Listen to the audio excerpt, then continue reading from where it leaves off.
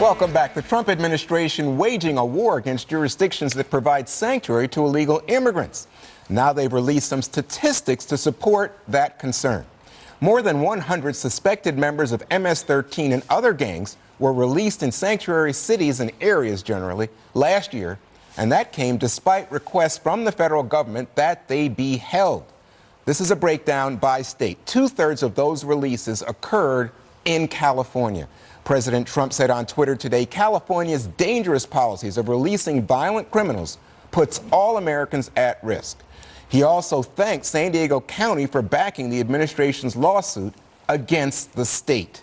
Kimberly, what do you make of it, my California friend? California, I know. We seem to always go back and forth here on this. Yeah, it's really gotten to be pretty accelerated and out of control in California. And, I remember the good old days when I was back there, when I was First Lady in San Francisco. It's like it was just much more sane at the time. But now you have such a big, aggressive push. You have backlash from certain counties. They're saying, wait a second, don't lump us all into this. We want to follow the law. We want to uphold the law. We want fairness. And we're actually seeking justice, not injustice. We want people to come into this country legally. We welcome with open arms, okay? And that's how it should be. When you see the law broken and people coming in and essentially back and forth revolving doors, that's not helping the illegal immigrants coming in, their families, the children, the people get separated. It's not helping the local law enforcement and ordinances and the border. It's just fraught with complications and problems. And this is an issue that President Trump is not going to give up on, but it also seems that, Governor Brown is digging in, Lieutenant Governor Newsom digging in, and this is really becoming a very large political issue for the upcoming gubernatorial election. Okay, so Jesse, help me out here just for a second so the audience understands what's at stake.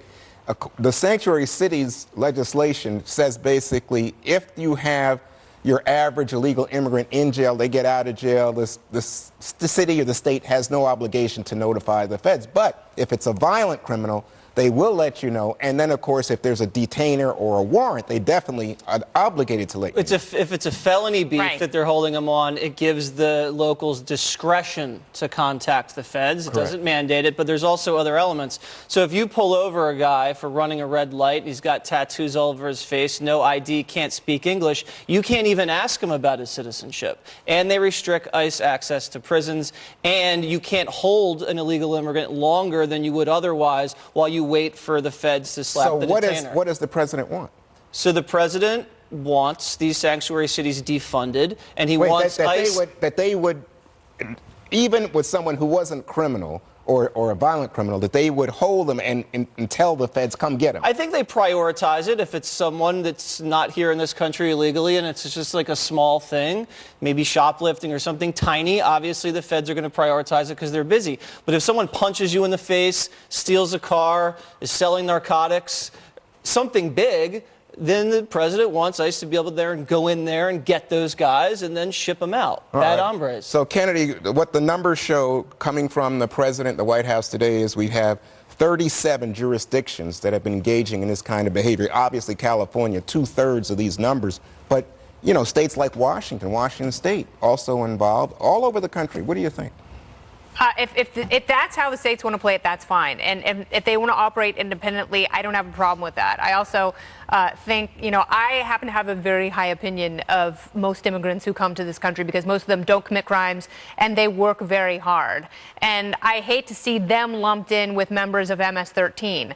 The problem is if you're letting bad people go and enter into society and hurt people, they get really good at not getting arrested and continuing to commit crimes, and that's not okay. And you end up having a disingenuous conversation about immigration and about crime. And unfortunately, immigrants get tarred as all being really bad people who want to hurt you and take your stuff. And by and large, that is just vastly not the case. And I also don't like that. I love California, like Kimberly. I love it. It's a great state, and I hate to see it torn apart. I hate to see the state turned into you're either on our team or you're not. You're us or them. You're for us or against us. And that means that we have bad immigration policy from the top that is too confusing for states and counties. It's very polarizing. You make a great point, and the problem is that you see this injustice because there's so many hardworking men and women and children that grow up then in this country from fantastic immigrant backgrounds, like my family's, and contribute to society and want to do it the right way. So it's unfair when we have to stigmatize it, but this is just the lawlessness cannot be ignored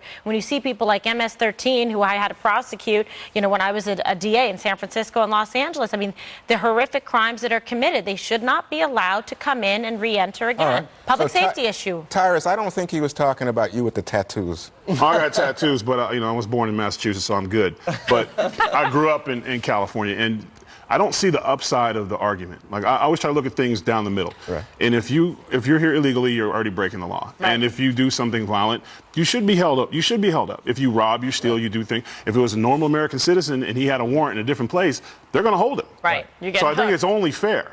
And the worst thing is they're encouraging they're encouraging gang members to bring more guys over, because the worst thing will happen is you'll do something and then they'll let you go and you come back. They know California They know is the gonna laws treat 'em like better than the people who are arresting them. Best believe that. This isn't dumb. These aren't dumb. Don't ever think that these gangs are dumb. They're not. They know the system better than the system. So they'll just keep coming as long as there's not a deterrent. If there's a deterrent, they'll stop. I think what you said is true. I just worry that we are demonizing people who are hardworking And it's not fair. immigrants. It's not fair for someone who came here the right way. And, Yeah. Okay. Another liberal governor goes on a tear about President Trump and Trump supporters. That's straight ahead.